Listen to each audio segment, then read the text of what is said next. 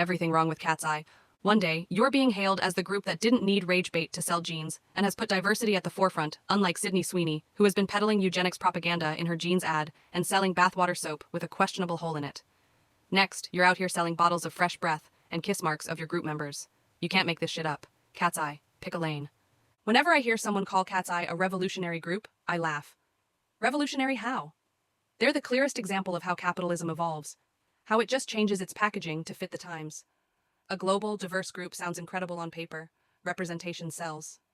But let's be honest, Katseye wasn't created out of any sincere pursuit of diversity.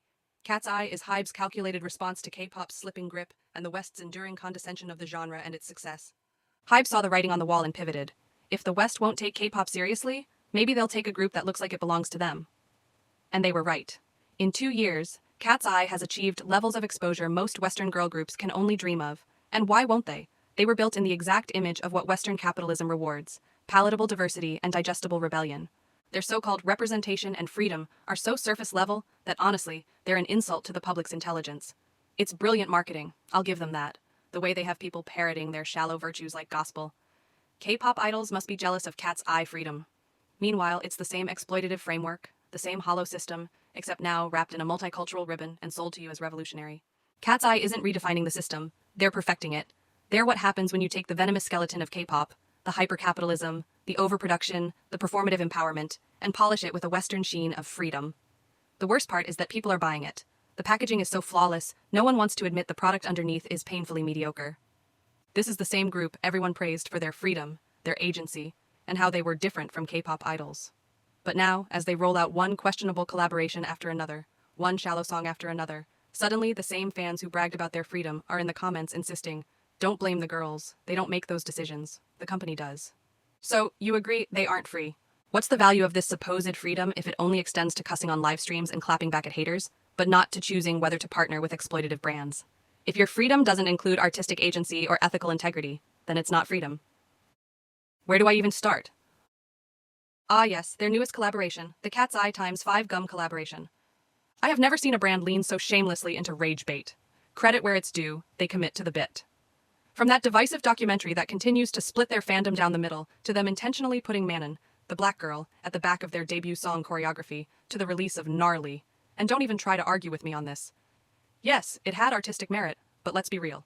It was chosen because it was rage bait. Shouting out Tesla is a choice in this political climate. And miss me with that. Gnarly can be used for good or bad. Tesla in this context is bad. They must think their audience is stupid, and perhaps some of you are.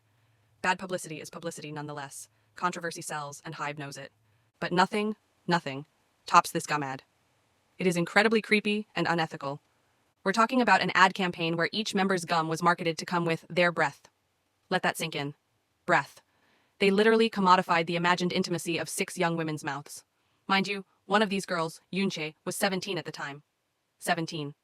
And surprise, surprise, Yoonchae's gum sold out in under a minute. I saw a video that was comparing how long it took for each member gum to be sold. Like it was a badge of honor. That fandom needs a cleanse ASAP. HYBE x Geffen are literally peddling those girls to creeps, and their fandom is complacent in it. By the way, what is that fandom's obsession with ranking the members? And don't even start with the, "Oh, the breath and kiss marks are probably fake" defense. Exactly, that's the point. Even pretending to sell something that fetishizes teenage girls' intimacy is deranged. What's crazy is that you have to be an adult. They make sure you are of age to be able to purchase the gum. How bizarre. You have to be of age to buy the lipstick print and breath of a minor. This is beyond horrifying. Their exploitation of these girls knows no bounds. The Katseye collaboration with Google Gemini is just as diabolical. Feeding AI the faces of young women, again, including a minor, is beyond reckless. We unfortunately now live in a world where women, girls, and female celebrities have their photos constantly being manipulated and exploited by creeps online. Who in their right mind thought this was a great idea? It's especially disturbing given the context that countless female K-pop idols have already been victims of deepfake exploitation. And HYBE's own artists have faced the same violations, so there's no pretending they didn't know better. Then again, if they can use AI in their Gnarly and Internet Girls music video, why won't they platform it? And as an artist, where is the integrity? Platforming AI is a choice. The sexualization of the Katseye members is beyond crazy. And what's even crazier is the hoops the fandom jumps through to justify it.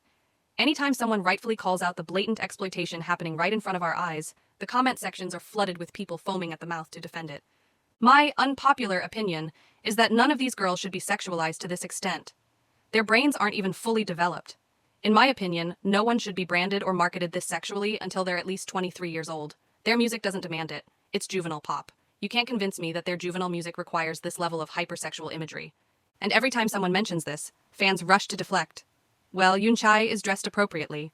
Or, Daniela asked for her outfit to be shorter. Maybe. But those choices don't exist in a vacuum. These girls are products of an industry that rewards overexposure. From the pressure to go viral, to the fan culture that amplifies every clip or edits of them dressed questionably, to agencies that know sex sells, the system is designed to make this kind of behavior seem empowering when it's really not. Groups that go through survival programs are especially vulnerable to this. They're trained to give whatever it takes. The Dream Academy wasn't just about training them to be good performers, they were also groomed to be manageable. The most egregious example of their sexualization has got to be when the producer of Gnarly admitted that he included a porn soundbite in the song. Imagine that. A track featuring a minor with a literal porn sample in it. Even if the girls liked the song, the styling, or the concept, let's not confuse that with empowerment. At the end of the day, it's still mostly men behind the scenes profiting off their sexualization. HYBE X Geffen has mastered co-opting the language of feminism and diversity to disguise exploitation. The reason so many people dismiss this valid criticism is because fans conflate critique of the label with attacks on the girls. They think calling out the system somehow makes you a hater. I'm not going too into depth on their sexualization, but I do recommend watching Sexualization in Girl Groups, Having Our Cake and Eating It Too. They especially go into depth on Katseye and the whole irony of choice. Eyekons and the unsettling comfort with discussing the girls' bodies. I already knew this was an issue based on how disturbingly comfortable parts of this fandom are with sexualizing the members. The number of questionable edits I came across while researching this video alone was enough to raise alarms. But recent events really sealed it for me. Manon recently had to address a particularly unhinged rumor circulating online. People claiming she only wears skirts because she allegedly has certain piercings. Just typing that out feels insane. According to everything I've looked into, there is absolutely no evidence supporting this. What actually happened was a live, where she briefly mentioned having a piercing, chose not to share details, and somehow that single moment spiraled into rampant speculation about her body. The level of comfort some of you have speculating about someone's anatomy like this is not normal. It's invasive, it's bizarre, and it's creepy. What makes it even worse is that when Manon finally addressed it, people were mad at her for speaking up. Excuse me? How are you upset that someone is defending themselves against a rumor that never should have existed in the first place? This wasn't an isolated incident either. During the tour, a video of Lara dancing freely on stage went viral, not because of her performance, but because people fixated on her body, specifically her lower stomach. It's baffling. Have some of you genuinely never seen a woman's body before? Somehow this turned into speculation about her weight and anatomy to the point where Lara herself had to address it. Again, why is this even a conversation? Megan has been dealing with the same nonsense. She's constantly picked apart for acne in red carpet photos. That girl cannot catch a break. Suddenly, it's like the internet forgot that skin has texture, and acne is completely normal. You expect these girls to be flawless at all times, instead of allowing them to exist as actual human beings. Acne happens. Bodies move. Be normal for 5 seconds. And yes, Megan had to address this too. What's truly wild to me is that there's a section of the fandom that resents the girls for being vocal and setting boundaries. They get mad when the members address rumors or call out deranged behavior, as if silence is what they're owed. While I do think, for their own sanity, that they should probably dial back some of the hyper-online Gen Z engagement, because it inevitably invites chaos. I'm genuinely glad they don't let absurd rumors fester unchecked. They shouldn't have to tolerate invasive speculation about their bodies just to keep fans comfortable. Calling out nonsense shouldn't be a problem. There should be more backlash to the behavior that forces them to call it out. And that's the part some of you really don't want to reckon with. The real problem. When I said earlier that Katseye isn't redefining the system, they're perfecting it, this is what I meant. They're not revolutionizing pop culture or K-pop as much as people keep saying. They're refining both industries' most exploitative parts and dressing them in buzzwords about freedom, feminism, artistry, and representation. The Katseye X Gap collaboration is the perfect example of what I mean. Everyone praised it as revolutionary. Every other TikTok was saying how it was a celebration of diversity and inclusion. Meanwhile, Gap, like American Eagle, produces clothing made by underpaid workers in unsustainable conditions. Not to mention, their so-called inclusive collection didn't even offer proper plus-size options. People on TikTok pointed out that it did not go past extra large, and instead of listening, fans attacked them. How can a group whose entire brand is diversity exclude plus-sized people? The diversity that Katseye presents is paper-thin. The selection of the members says everything. Every single one of them fits neatly within current beauty standards, and some have even had surgery to better conform to them. I've seen a few TikToks saying they look like Barbie dolls or Bratz dolls. And honestly, exactly. That's the point. That's precisely what HYBE X Geffen was aiming for.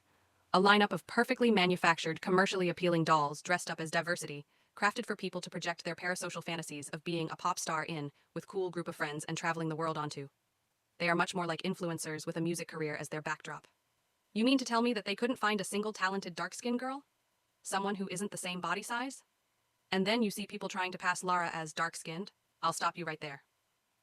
While I'll get into that conversation later in this video, absolutely not. But the fact remains, across every ethnicity represented in the group, there are people who are more melanated, with broader features and greater body diversity. Yet somehow, every single member of KATSEYE still aligns with the same narrow Western beauty standard. Lara is breaking barriers for her community, absolutely. But even she isn't the darkest Indian either. That doesn't take away from what she's doing, especially in an industry where brown and dark-skinned Indians are barely visible to begin with. KATSEYE is global in geographical ancestry, but not in representation.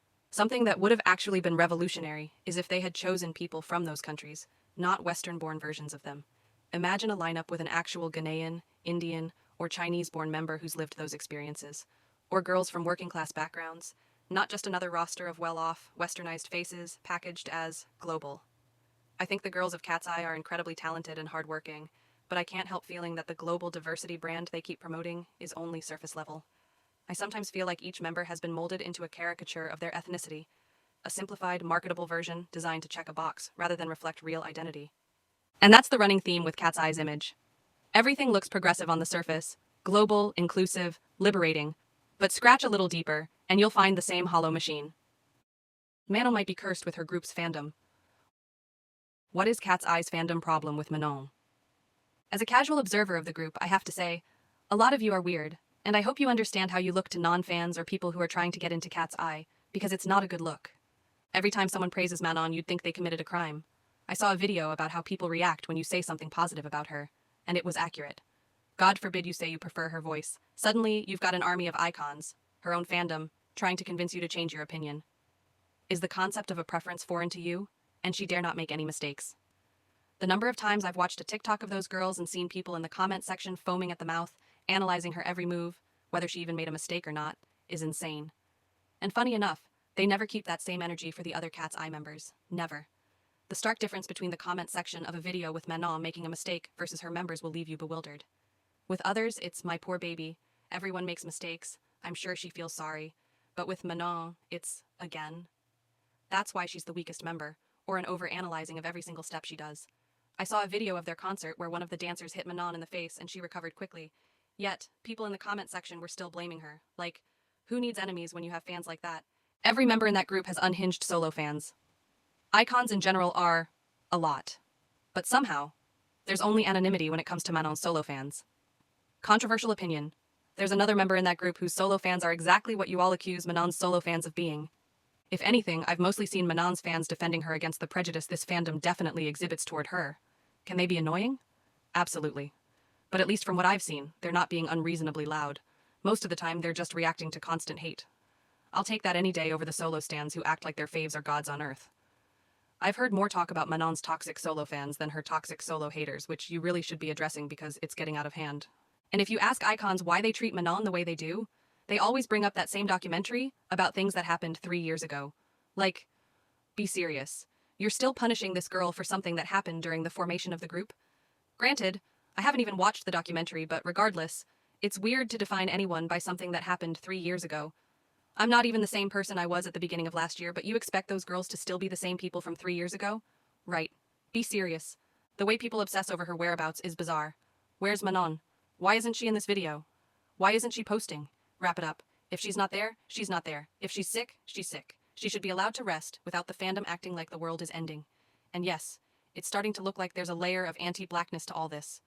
No, actually, there is a layer of anti-blackness to all this. In what world would a K-pop agency let an idol skip schedules just because they feel like it?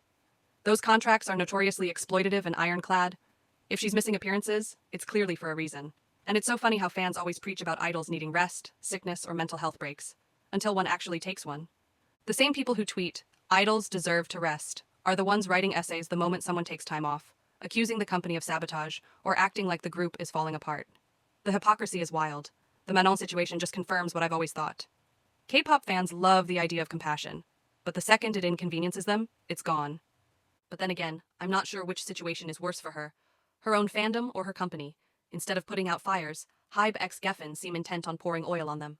They keep using her as rage bait, though I'm not even sure rage bait is the right term, because perpetually positioning a black girl as lazy and selfish isn't just controversy marketing, it's racism. Look at the season's greetings they sent out last year. One of the prompts asked what Manon believes her best feature is, and two of the multiple choice answers were her laziness and her selfishness. In what world would anyone choose laziness or selfishness as their best qualities? It's bizarre that Hybe x Geffen felt comfortable framing her that way. Then again, they're only able to get away with it because a portion of the fandom doesn't actually care about her. In further news of parasocialism and full-blown delusion, recently some photos came out of Manon smoking. I don't know if it was cigarettes or weed, and frankly I don't care. But because the internet must turn everything into a spectacle, it became a scandal, or should I say, they tried to make it a scandal. There was also a picture where she had a wrapper in her mouth, and suddenly people were acting like nuns. There is no confirmation of anything, but the picture alludes to there have been relations, and as such her character is questioned. For all we know, it might be a photo shoot. And even if it wasn't. So. Then of course TikTok and Reddit apparently had comments that were a character expose. Someone on Reddit claimed that a friend of a friend had negative encounters with Manon, and that this somehow proves she's a terrible person. Be serious for a second. This is delusion, straight up. First of all, none of this is new. Anyone who paid attention pre-debut already knew she smoked. It's Europe. Teenager smoking is literally a Tuesday afternoon. But the moment people see a picture that doesn't fit their Disney Channel fantasy, they start connecting imaginary dots like they're Sherlock Holmes. She must be terrible. She must be problematic. She must be doing something darker. No, she's a teenager who smoked. That's it. I have tried, genuinely, to find a reason to care, and there is simply nothing there. To all those people that are circulating screenshots of someone in the comments claiming she was rude pre-debut, or that she dated people's boyfriends, or that she was some bully, let me remind you again that there are no real proof. A random comment does not become a biography. Anyone can go online, make multiple accounts, and write whatever they want. And because the internet thrives on mess, people will believe anything that confirms the narrative they already want. The funniest part is that so-called Reddit expose that said, I met Manon once, we weren't friends. All I know is she was a terrible friend to everyone I talked to. So, you didn't know her. You weren't friends. You just heard a rumor from someone else. But somehow this becomes evidence? Be serious. But here's what this actually is. Racism. I've noticed that some Eyekons and non-fans alike want Manon to be a bad person so badly. People are out here concocting stories, stitching together screenshots into an Euphoria-style plotline, and trying to pass it off as gospel. The other day, clips surfaced of Manon in what looked like a heated conversation with the members, and within minutes, she was being accused of being a bully. Luckily, other footage came out showing she had actually been angry at a reseller who was being loud and disrespectful toward kids and real fans. There are clips of her stopping a concert to help a fainting fan or signing autographs even when security tells her not to. She genuinely seems like a lovely girl. Dare I say, she comes across as the kindest and most genuine of the bunch, so I truly don't understand the weird obsession with casting her as the mean girl. A group of chronically online people saw a clip of her smoking once and decided she must harbor some dark past. The narrative you're pushing doesn't align with her behavior at all. When you piece together the tropes you've assigned to her, it becomes painfully obvious that this is rooted in racism. Even that weird thing where you all pretend to be scared that a member will leave Katseye, when there's zero indication anyone even wants to leave, only for the comments to immediately go, I think it's Manon? That's racism, and you're weird as fuck for that. Now let's talk about the Manon is not black warriors, because I have a lot to say. I'm about to get real serious here, and I've talked a lot at the beginning of this video about the lack of dark-skinned representation in this group, especially as a dark-skinned girl myself. The fact that not a single dark-skinned girl even made it into the training program, let alone Katseye itself, still aggravates me. Even among Western girl groups, Katseye doesn't move the needle when it comes to darker-skinned visibility. Think about the girl groups of the last 2 decades, Destiny's Child, Sugababes, Fifth Harmony. There has always been at least some melanin variety. As I said earlier, their representation is paper thin. And to be clear, I don't blame the members for that. Each of them simply took an opportunity that was offered, as anyone in their position would. The fault lies with the system, with Hybe and Geffen, for not committing to the diversity they preached. What's frustrating, though, is how it seems that the resentment over the lack of dark-skinned representation keeps being dumped on Manon specifically. I understand being angry at the system. That's valid. I am too. But redirecting that frustration onto Manon isn't. She didn't build the system. She's simply existing within it. Every time someone even mentions that she's black in a video, there's a flood of comments saying, she's not black. And sure, she's biracial. She's not fully black. But that doesn't erase her blackness. The distinction is important, yes, especially in an industry obsessed with pushing biracial and racially ambiguous faces as diversity. I cannot overemphasize the need for that distinction. I agree with drawing that line. But what I don't agree with is the way people twist that nuance into full-blown erasure acting like Manon isn't black at all. There's been an uptick in comments basically arguing that Manon isn't black or that she isn't black enough. People doing this weird thing where they try to measure her blackness, pointing out that she has a white mom, that she's from Switzerland, which, by the way, trying to erase her blackness because of that is xenophobic, or that her friends are white. Please stop. I don't know if it's Eyekons, trolls, or people pretending to be black online, but it's weird and it's cruel. You can critique representation, and I in fact support those critiques, but you can do that without denying someone's identity. And for the record, blackness is an identity, not a performance. The way people keep talking about her blackness, it's becoming glaringly obvious that some of you expect her to act in a particular way. The things you use to measure her with are reflections of your own prejudice about what you think blackness should look or sound like. Even if you're black, you can still hold biases that reduce blackness to a performance, where someone is only more black if they act or speak a certain way. Black people are not a monolith. We express it differently based on where and how they were raised, and that's valid. Manon has never claimed to be dark-skinned. She'd be out of her mind too. But she's also not treated like a white woman, and she's never going to be able to navigate the world through whiteness. She's phenotypically black. Yes, she's light-skinned and benefits from that privilege, but she's still perceived as black. And that comes with its own set of experiences, microaggressions, stereotypes, and prejudice. When I first saw her, I genuinely thought she was fully black. My friends did too. And that's because I have cousins who look just like her and come from two black parents. No one is going to look at that girl and think she's white. Her life experiences will always be shaped by how the world perceives her, as a black woman. She could never pass as white, even if she tried. And honestly, the way the fandom treats her tells you everything you need to know. And considering her background, growing up in Switzerland, often the only black girl in her class or school, I can only imagine how isolating that must have been. Anti-blackness is worse in environments where there's no black community to lean on, or there isn't black consciousness. She's talked about that awareness of her identity, about navigating spaces where she stood out because of her blackness. She's a representation for some black people, light-skinned black women, biracial black people, African girls who share her features or complexion. I lived in Nigeria for 3 years, and there were plenty of people with two black parents with her exact skin tone. So no, she's definitely not a dark-skinned representation, but she's still a representation for certain black identities. She is not C.I.V.A. She didn't design the casting lineup. She's just a girl who took an opportunity. The blame belongs to the corporations that built this group and marketed it as diverse, while excluding any dark-skinned black women. I get it. It's harder to call out the systems and corporations that keep reinforcing that erasure. They're faceless, powerful, and hard to hold accountable. So people subconsciously redirect that frustration toward whoever is visible and reachable, and unfortunately that target has become Manon. What really broke me was a video I saw of a little dark-skinned black girl watching Katseye on TV. When Manon appeared, the girl lit up and said, "I like her." It was such a pure, beautiful moment. And then I went to the comments. Grown adults were arguing that the girl shouldn't feel represented by Manon, writing entire essays about how she's not black. Do you hear yourselves? That's not activism, that's cruelty. That's the same energy as white people who can't stand to see black joy and go out of their way to ruin it. Why would you want to take that happiness from a child? If a black child or any black person sees themselves in Manon, that's their choice. Let them have that.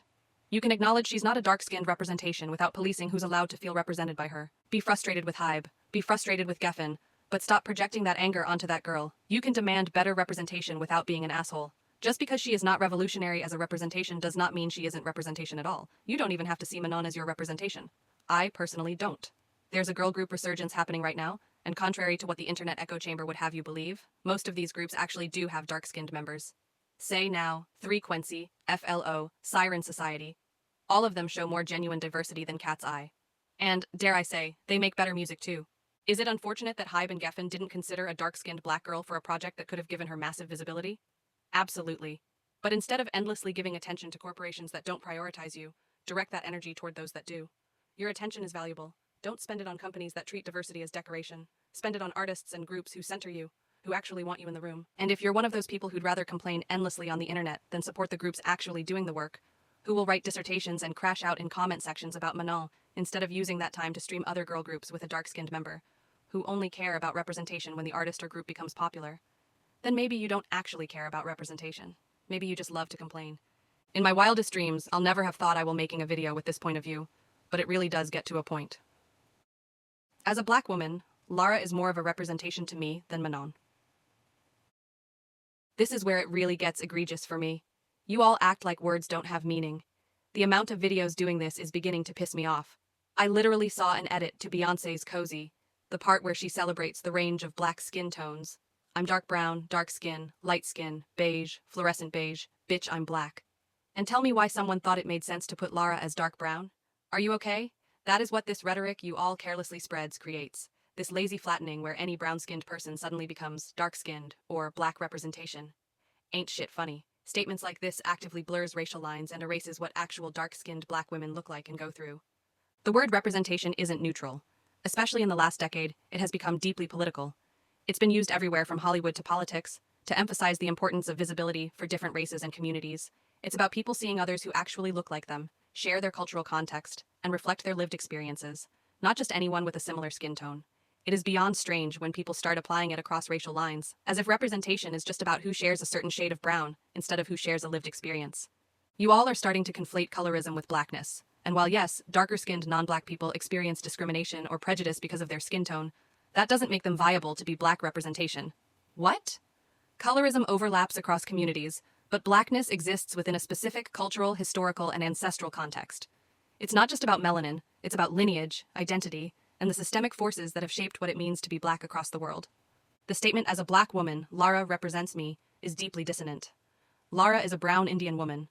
Her experience with colorism is valid and worth discussing, but it's not synonymous with the black experience. Her experience is deeply tied to her own heritage, to the historical and cultural context of being Indian and brown skin. You can relate to her struggle without trying to pass the girl as a representation for black people. What you are doing when you blur those lines and start treating melanin as a catch-all for diversity is that you erase the very people who have been fighting to be seen in the first place. And that's exactly how corporations win. When representation gets watered down to mean anyone remotely brown, companies like KEEPS get to pat themselves on the back for filling the quota by having someone with brown skin without ever giving a platform to an actual brown or dark-skinned black woman. There are countless black girls the same shade as Lara, just as talented, yet, KEEPS didn't choose them. But they sure had no problem choosing a brown-skinned Indian woman. If that doesn't tell you something, I don't know what to say. Blackness isn't just about melanin, it's about history, identity, and lived experience. An albino black person is still black in a way that a deeply melanated Polynesian person will never be. That's why some racist Indians or other melanated non-black people, even with the same skin tone as black people, still see blackness as inferior. Lara cannot be a representation for black people because she doesn't carry the cultural or historical context of what it means to be black in this world. As this comment poignantly stated, relatable, yes. Representation, no. Matter of fact, let me leave this comment on the screen for a few more seconds because this person wrote a bunch of comments that really articulated the Lara versus Manon representation really well. One thing I'll say though, you don't have to accept Manon as representation. No one is making her the face of black people. Be like me and actually support groups like 3Quincy, Flow, or Say Now with dark-skinned women. What I'm against is this odd rhetoric. Coming on the internet and talking about a brown person as representation for you as a black person is a choice. Actually, forget representation for a second. Just because someone is black doesn't mean every black person will automatically relate to them. No matter who was chosen, dark-skinned or otherwise, no single person can fully represent all black people. Our experiences are too varied, shaped by different sociological contexts. I'm sure there are black fans who connect more with Sophia or Daniela, and that's perfectly fine. But to say someone who isn't black represents you as a black person? No, that's where it crosses the line. Also, why do people act like Manon isn't facing racism? I see too many comments saying that they don't feel represented by Manon because she doesn't face racism in the way that Lara does. Be serious. That's just categorically untrue. Does Lara receive hate because of colorism? Absolutely. But let's not pretend that Manon doesn't face racism in order to push this weird agenda of making Lara representation for black people. Manon faces racism constantly. Beyond the microaggressions in how people talk about her, there are literal racist comments, monkey emojis, slurs, the works. You don't even have to dig deep. Just type Manon racism on any platform, and you'll see the proof yourself. Please stop that narrative. Manon literally had death threats that she would be attacked on tour. That is so crazy, but what's even crazier is that she isn't the first black girl in a girl group to receive this. Lara, Raj, colorism, and racism. It's not a coincidence that the two members who receive the most disproportionate hate are also the two darker-skinned girls in the group. When you look at the pattern, it becomes painfully obvious. The darker the skin, the harsher the criticism, the quicker the assumptions, and the less grace they're given. Colorism is doing exactly what colorism always does. The hatred some people have for Lara simply because she is brown is genuinely disturbing. The anti-Indian rhetoric that circulates across media and social platforms is already ugly on its own, but seeing that same rhetoric funneled onto a young woman who is just trying to exist is sickening. The way people felt emboldened enough to be openly racist to her on a live stream, without shame, without hesitation, says everything. Lara AAVE. Now, I wish I could say I was surprised by this one, but honestly, I wasn't. KATSEYE'S whole online brand is built around being Gen Z relatable and cool. This was inevitable because Gen Z lingo these days is basically people recycling AAVE without knowing it. Their entire chronically online persona is volatile. It's cute for engagement now, but it's a ticking time bomb. I've seen this story before, and trust me, if they don't rein it in soon and dial back the Internet Personality Act, it's going to backfire badly. About this Weverse post where Lara was reacting to her Dream Academy outfit, yes, she misused AV. And before anyone says, oh, it's just internet lingo, exactly. Internet lingo is co-opted AV. I actually laughed when I saw it because there was absolutely no reason for her to be doing all that. I have no idea what possessed her to say, bust down, baddie beat down, Indian hair. Girl, put that AAVE down.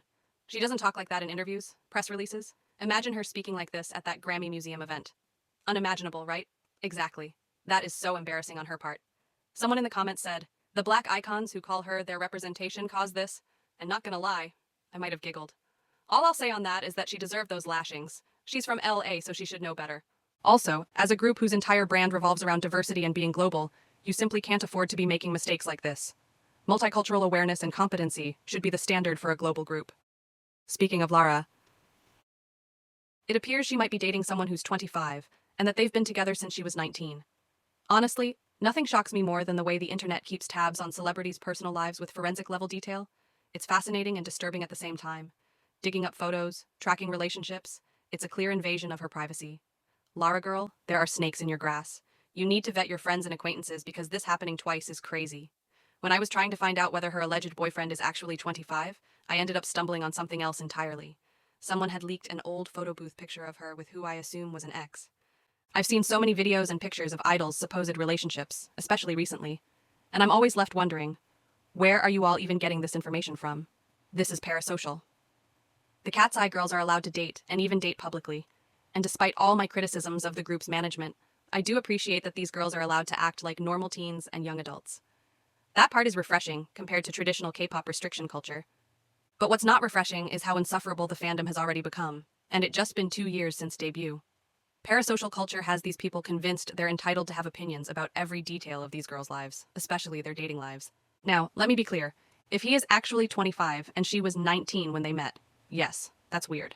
Also, if he's truly 25 and he attempted to lie about it, that's disgusting. The age gap is questionable. People are right to feel uncomfortable. Men in their mid-20s dating teenagers is a red flag in any context. I tried to find solid confirmation of his age, and there isn't any. I don't know where the 25 came from, and as chronically online as I am, I couldn't even verify it. For all we know, this could just be internet speculation that spiraled into fact. Until there is actual confirmation, it's irresponsible for people to treat this as gospel truth, just because it fits a narrative. Hey, I could be wrong though, and there's evidence out there I don't know. I've also seen people bringing up her parents, asking what they're allowing it. From what I've observed, her parents seem supportive of her independence and expression. They're clearly not the stereotypical strict parents people assume. I know there was recently a drama about her Diwali outfit. It is evident to me that her parents are not strict. Honestly though, even if they did disapprove of the relationship, what could they realistically do? She's nearly 20, living on her own, with a massive career. There's nothing realistically that they could do to stop her from living the way she wants to. Yes, if the man is truly 25, it's uncomfortable. It's the kind of decision most people look back on at 24 or 25 and think, wow, what was I doing? Teenagers and young adults make questionable dating choices. That's unfortunately part of life. What matters is that she has family and friends who can support her if anything goes wrong. What's not okay is going to Lara and his comment section and acting a fool. Honestly, the obsession of this fandom with all the girls dating partners is odd. Manon, Sophia, Megan, and Daniela relationships are constantly being monitored. The girls are currently on a well-deserved vacation, and there are people keeping tabs on their every move and how much they are seen with their alleged partners. Even Yunchai was caught up in a dating rumor with someone that she later clarified was her friend. Stop being weird, get a hobby, and stop obsessing over the love lives of young women you do not know. In the grand scheme of things, none of these are the scandals you think it is. Katseye Sexuality. There is a part of the Katseye fandom that is weirdly obsessed with the girl's sexuality, and I mean obsessed. When it came out that Lara was allegedly dating this man, there are also speculations that Manon and Megan are also dating men. Some people immediately started accusing them of being gay for pay, basically implying they only branded themselves as LGBTQ plus friendly for clout, but are now exposed because they date men. Please go deal with your biphobia. Lara has already said she doesn't like labeling her sexuality publicly. Megan has openly said she's bisexual. Those are the only two members who have chosen to speak on their sexuality, period. But the way some fans act, you'd think every girl owes them a PowerPoint slide deck of their orientation. Manon has never stated whether she is part of the LGBTQ+ community or not. In fact, she has stated that she's never going to share that part of herself with the public. I've seen videos, comments, whole dissertations trying to assign labels to her. That is parasocial as hell. You have no right to feel entitled to anyone's sexual identity, celebrity or not. Bisexual people exist, queer people exist, and they do not have to publicly date women to prove it to you. The idea that Lara and Megan's identities become invalid if they date men is ridiculous. That's biphobia dressed up as concern. Some of you genuinely need to log off and get a grip. Lara had to post on Weverse to address it. She talked about something really important, how a lot of Western fans are so comfortable in their bubble that they forget most of the world still isn't like that. People in many countries can't be openly queer. Many don't have anyone to look up to. So seeing someone like Lara express herself confidently does matter to those communities. And yes, for all my criticisms about representation in this group, I can admit it's meaningful that KATSEYE has members who openly identify as LGBTQ+. It is valuable especially for people outside the West. What's not valuable is being microscopic about their identities. Lara allegedly dating a man does not erase her sexuality. Megan allegedly dating a man does not erase hers either. Sexuality is not invalidated by who you're seen with this month. Stop surveilling these girls' sexuality. Stop treating their relationships like plot lines. Stop projecting your own expectations onto them. Get off the internet. Get a life. And let these young women live theirs. The Daniela hate train. The Daniela hate train is one of the strangest things on the internet right now. Where did it come from, and how did it get so big so fast? From what I can gather, there are three main reasons people are currently hating her. Her deep adoration for Playboy Cardi, the debate over whether she is Latina enough, and the rumor that she might be MAGA. The Playboy Cardi thing. I'm not gonna lie, this is a bad look for her. It's not great to loudly and frequently shout out an artist who has abused women, especially as a woman herself, and especially while being in a girl group that pushes female empowerment. There are a ton of clips of her talking about how much she loves Cardi going all the way back to Popstar Academy. I personally find it hard to believe she genuinely didn't know about the abuse allegations. I'm not saying it's impossible, but I'm also not going to pretend it isn't questionable. However, and this is a very big however, the reaction does not match the action. How does she have a bigger hate train than the man who actually abused a woman? That alone tells me people don't genuinely care about the victims. They're just using the situation as moral currency and as an excuse to cancel someone they already didn't like. Every corner of the internet has been going in on her. At what point does this just become bullying? Because I'm pretty sure we have crossed that line. The standards you all hold female celebrities to are insane. There are male artists who have done insidious things and have never received hate at this scale. What Daniela did was tone-deaf, careless, and worthy of critique. Yes, but it does not warrant whatever this mass pile-on is. The second issue is that she's a white Latina with European ancestry. I genuinely cannot believe this is a real controversy. Being raised in America doesn't erase her heritage. Her nationality is American. Her ethnic roots are Venezuelan and Cuban through her parents. And her ancestry includes Italian and German, which is normal for a ton of people in the West who have complex backgrounds. She literally had an Italian last name. She's like many Americans with complex ancestry and identity, full stop. I get that the whole percentage-based identity discourse is very American, and people outside the US find it annoying, but that still doesn't make it a valid reason to attack her. This is a non-issue being treated like a scandal. The MAGA rumor. This one is the most bizarre because there is no actual evidence. The only proof people seem to have is that her mother once followed a MAGA page. Okay, let's assume her mom supports Trump. What does that have to do with Daniela? Her mother's politics are not her politics. She is her own person, with her own values. The leap people are making is absurd. I've literally seen AI and photoshopped images circulating of her wearing MAGA hats and holding flags. That is deeply unnecessary and genuinely unhinged. Most recently, they were on The Tonight Show with Jimmy Fallon, and during a lighthearted segment where each member said who they'd swap lives with in a Freaky Friday scenario, Daniela said she'd swap with Sophia because she's a good liar. And of course, the internet completely lost its mind. At this point, I'm convinced some of you simply don't have friends, because anyone with basic social awareness could tell what she meant. In context, it was obvious she was talking about Sophia having a poker face, being good at keeping a straight expression, not accusing her of anything malicious. The rest of Daniela's answer made that very clear. Could she have worded it better? Sure, especially knowing how deranged parts of this fandom can be. Saying she's a great actress would have avoided the meltdown entirely. But the way people twisted this into a scandal is genuinely absurd. How on earth are you turning a harmless joke into a problem? You all are being extremely weird about that girl. It is very clear that people are reaching, and I mean reaching, to cancel her. It's ridiculous. Do KATSEYE deserve their Grammy nominations? This conversation has been loud since the moment they were announced in two categories. And honestly, watching the resentment erupt across fandoms was entertainment on its own. and I would have enjoyed that entertainment much more if you all did not become so toxic to the girls because of it. The fan wars have been interesting. But let's talk seriously. The Grammys have always been a Western award show. Yes, they recognize international talent, but the reality is the Grammys are built on industry politics, visibility, and access, not some wholly objective standard of musical greatness. It's a peer-voted award, which means people have to know who you are, you have to be in the right rooms, your team has to campaign correctly, and your name has to be circulating in the industry's consciousness. This is why being internationally famous is not the same as being Grammy visible. This is why legends get snubbed. The Grammys are unpredictable. There is so much internal politics involved. They are incredibly flawed. And yet people talk about them like they're the Vatican of music. Do I personally think KATSEYE have a lot to work on? Absolutely. Do I think they're the strongest musical group? No. Do I think their nominations make sense given the context? Actually, yes. KATSEYE did something most groups, K-pop or Western, have never accomplished this quickly. They played the industry game perfectly. Geffen marketed them with frightening precision. They were placed in the US at the exact right time. They had Western infrastructure behind them. They didn't trigger American xenophobia the way K-pop idols unfortunately do. They had the Gap ad, which alone had over 8 billion impressions. Do you know how crazy that is? Everyone got to know their name based on that one ad. They were remarkable at Lollapalooza and broke records. They were going to so many Grammy-related events that allowed them to be seen tangibly by their peers and voters. They won the VMA and made a splash across all social media platforms. They had visibility that other groups simply haven't touched, especially that early. Every time they stepped out, they made news. You can argue artistic merit all day long, but Grammys aren't decided on that alone. They're decided by a combination of timing, marketing, exposure, industry goodwill, and whether the right people know your name. And on that front, KATSEYE nailed it. It is frustrating to see many artists, not just in K-pop, but globally, who truly deserve recognition, get overlooked. That frustration is valid, but it's also true that KATSEYE positioned themselves well, and that strategy paid off in the form of nominations.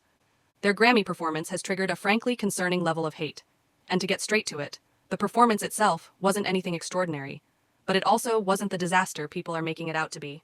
When Billboard ranked it as the second worst performance of the night, I wasn't shocked, but my take is a little different.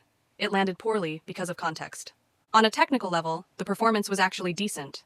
The dancing was strong, the energy was there, and the theatrics made sense for the song. Yes, they were breathless at moments, but considering how physically demanding the choreography was, that's not exactly shocking. If you watched the performance from multiple angles, you'd also notice something people conveniently ignore. A lot of the audience was clearly enjoying it. Celebrities were standing, dancing along, cheering. For a Grammy crowd that's usually stiff and disengaged, that reaction says something. What made the performance fall flat wasn't the girls, it was everything surrounding them. First, the camera work. One of the reasons Gnarly initially worked was because it was performed on Korean music shows with experienced directors who know how to film large groups dynamically. The Grammy camera work, on the other hand, was sloppy and uninspired. It failed to capture the scale, intensity, and movement of the performance. Moments that should have felt grand instead felt disjointed. That alone can sink a performance, no matter how good the dancers are.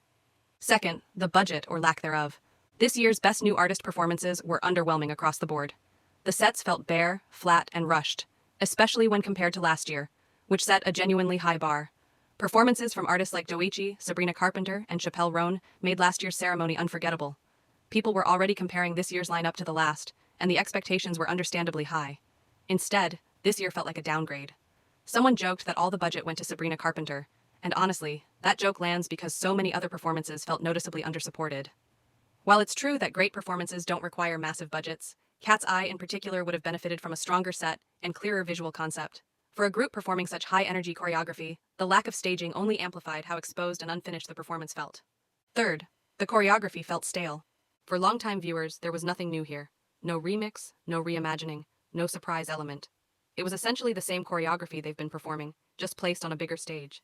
That made it feel predictable and underwhelming, especially for an audience expecting something elevated for the Grammys. Fourth, too little time. 2 minutes simply wasn't enough time to properly execute a performance like this. That kind of choreography, staging, and energy needs room to breathe, and the shortened runtime made everything feel rushed and slightly compressed. Transitions barely had time to land, and there was no space to build momentum or leave a lasting impression. I genuinely think they did the best they could with the time they were given. Fifth, the fandom. Eyekons are insufferable, and a lot of people are using the Grammy performance as an excuse to criticize the group without consequence. There's very clearly a bandwagon effect happening. I have plenty of critiques about KATSEYE, their music, their direction, their branding, but their performance has never been the problem. If anything, the girls' talent and charisma are the only things consistently keeping this group afloat. That said, their fandom has quickly become one of the most unbearable in record time, already rivaling Blink's and ARMY's within just 2 years. There isn't a single group of people they haven't managed to pick a fight with. The constant defensiveness, over-explaining, and bad faith engagement has made interacting with them exhausting. Unfortunately, a lot of people are now transferring their frustration with Eyekons directly onto the girls themselves. And finally, the most obvious issue. Gnarly is just not a good song. Whoever decided this was the track they should perform set them up. Singing lyrics like fried chicken, gang gang gang, and other microaggression adjacent lines in front of that crowd was a terrible choice. Notice how they conveniently skipped Tesla. That alone tells you they knew exactly how certain lines would land. So no, the girls didn't flop because they lacked talent. They flopped because they were placed in the wrong context, given the wrong song, filmed poorly, undersupported visually, and expected to carry everything on charisma alone. And while they almost did, that's not enough at the Grammys. That's the difference. Let's talk about the biggest elephant in the room, Katseye's music. Katseye's biggest problem isn't their talent, their branding, or their representation discourse. It's their music. The songs are mediocre at best, and that disconnect becomes even more glaring because this lineup is so strong. This is a group where every member could plausibly have a successful solo career. They're charismatic, polished, magnetic, and brimming with potential. Yet the music they've been given does nothing to reflect that. It feels less like a sonic identity and more like a series of experiments being thrown at the wall to see what sticks. What the actual fuck was Internet Girl? That lack of direction was obvious the moment Gnarly dropped. I remember telling a friend that Gnarly wasn't even a song. It was a Rorschach test. People were desperately projecting meaning onto it because there was no meaning embedded in the song itself. The group had no established identity, no musical reference point, no cohesive narrative. Fans were forced to invent one. And when you look closely, the song plays like a collage of random buzzwords stitched together under the vague promise of experimentation. But experimentation requires intention. Gnarly didn't feel intentional. It felt empty. Part of the confusion around Katseye's sound is that no one, not even the company, seems to know who their audience is. Are they courting Western mainstream pop listeners? Are they leaning on K-pop's global fandom infrastructure? Are they aiming for internet virality? Or are they a K-pop group pretending they aren't K-pop and a Western group afraid to sound too Western? That kind of identity panic spills directly into the music. When your audience isn't defined, your sound becomes incoherent, and that's exactly what's happening. The wild part is that the one moment that grounded them in the Western landscape, the Gap ad, was a complete accident of good timing and good marketing. That campaign handed them a Western identity before they even musically earned one. It vaulted them over a bridge they weren't ready to cross because the sonic and conceptual foundation underneath them still wasn't there. Up until that point, K-pop adjacent was a far more accurate label, and in many ways, still is. They've adopted the best elements of K-pop, high-caliber training, efficient branding, content discipline, while unfortunately also inheriting the worst: hollow trend chasing, algorithmic songwriting, and concepts that look deep but say nothing. So, was Gnarly camp or campaign? Neither. It was a plain marketing gimmick. People kept trying to rescue the song by calling it satire, but satire requires a point of view. Gnarly had no point of view. It had no commentary, no emotional angle, no social lens. It named things. It made faces. It shrugged. That's not critique. That's chaos repackaged as depth. Hybe and Geffen understood exactly what they were doing.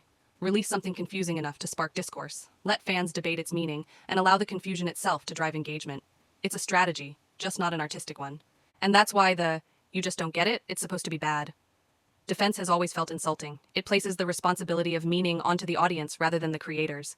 It asks fans to interpret marketing as metaphor and spectacle as substance. Meanwhile, the girls are the ones carrying the weight. The only reason the song had any impact was because the members elevated it through pure charisma and performance quality. They gave depth to something that was fundamentally shallow. A lot of you underestimate how much charisma can make something much more profound and interesting than it is. The deeper issue is that Katseye is being handed aesthetics from genres like hyperpop, irony pop, and alt-internet culture without any of the subcultural grounding that makes those genres work. Hyperpop is rooted in queer history and subversive identity expression. When a massive corporate group adopts that sound without the context, rather than reading as edgy, it feels like cosplay. Again, the girls are not the problem, the concept is. Even Alice Long-Yu-gao's involvement illustrates this gap. Her chaotic, hyperpop-adjacent style works because it's intimately tied to her identity and worldview. When she complains about Americans suddenly obsessing over boba after she drank it daily growing up, that's cultural commentary. It makes sense. But when a group that has no relationship to that narrative delivers the same lyric, it loses all its tension. It becomes a slogan, a hook, a product. And because the gimmick worked once, we now have Gnarly 2.0, Internet Girl. The same formula, name-dropping, chaotic phrasing, faux ironic lines like, eat zucchini, and fans scrambling to attach deeper meaning. It's not that people don't understand the lyrics, it's that they do, and the song is still painfully shallow. It reads like AI-generated Gen Alpha brain rot, random buzzwords, meme-friendly phrases, and algorithm-ready hooks.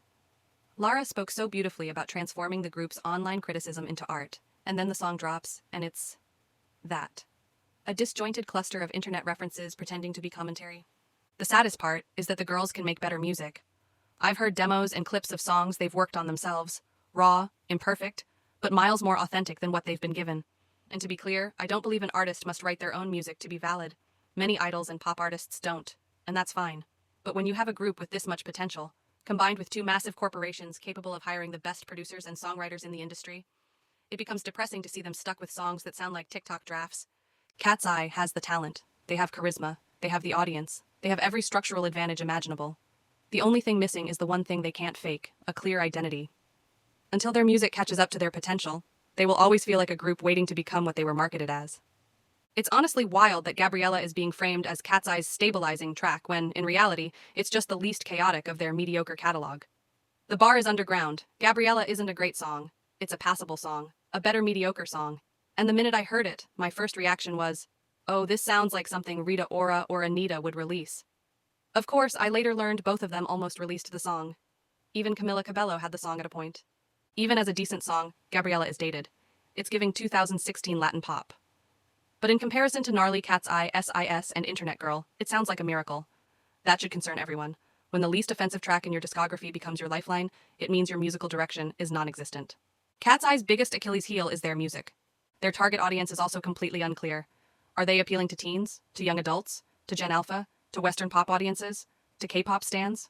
Nobody knows. And the songs don't help. You can't dress like you're appealing to 19 to 25-year-olds, but sing music that sounds like it was written by a TikTok algorithm for 11-year-olds. The branding and the sound exist on two different planets. And because people genuinely believe in the girls, because the members are incredibly talented, charismatic, and full of star potential, the fandom is performing mental gymnastics to make the music seem intentional. They're still finding their sound. They're experimenting. They're young.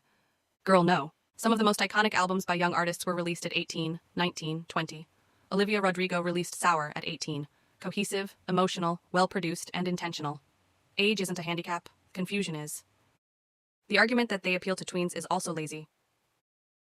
People love to infantilize young listeners as if teenagers can't appreciate complex, well-crafted music. But teens often gravitate to music that respects them, challenges them, or reflects their interior world in a meaningful way. Olivia Rodrigo Sour, Billie Eilish, Lorde, all examples of young audiences embracing thoughtful, emotional, layered work. What Katseye is making right now treats teens like idiots.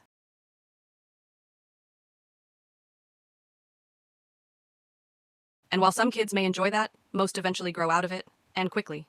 If anything, Katseye music is emblematic of the anti-intellectualism and the lower reading rates we have today. Other young artists from the Dream Academy cohort are already making better music. Adele from Dream Academy shows more clarity as a songwriter. Her music shows more personality, depth, and melodic identity than anything Hybex Geffen has given Katseye. Being young doesn't mean being incapable. It just means someone is failing to bring out your best. 2 EPs in, and they still have no clue who they are. Time waits for no one, especially not in pop. Other groups debut fully formed, sonically, visually, conceptually. Katseye is still sprinting in circles, hoping no one notices the confusion. They're just experimenting argument falls apart when the experimentation has no center, no vision, no spine holding it together. Beyoncé experiments more across a single album than some artists do in their entire careers. But you always know it's her. Because experimental doesn't mean directionless. Experimental doesn't mean incoherent. Experimental doesn't mean throw spaghetti at the wall and hope the girls' personalities glue it there. The truth is, their company doesn't know what to do with them. Hybe and Geffen have 6 incredibly talented performers with massive potential, but no plan. You can feel it. They keep trying trends, aesthetics, sonic templates, and quirky ideas, searching for something, anything that clicks. But their confusing engagement with identity. Gnarly went viral, so they doubled down and made Internet Girl, effectively Gnarly 2.0, as if virality itself equals direction. But virality without vision makes you disposable. Katseye is in a precarious position. They've proven that a global group formed through a K-pop style system can break into Western spaces. The Grammys proved that. Now, every label is preparing their own global girl group. The door is open and others are ready to sprint through it. If Katseye doesn't get their artistic identity together soon, they will get left behind in the very lane they pioneered. Their next album is Make or Break. They opened the door for global girl groups. Now dozens of labels are preparing to walk through it. If Katseye doesn't solidify their identity, musically, visually, narratively, they will be the pioneers who got trampled at the entrance. Their next project must be intentional. It must be cohesive. It must know who it's speaking to. and it must finally answer the question the company keeps avoiding. Who is Katseye, musically? Because if they keep going down this path, they won't be remembered as global trailblazers. They'll be remembered as a meme group who never became what they were always capable of becoming. Well, that's it for today. Like and subscribe for more hot takes.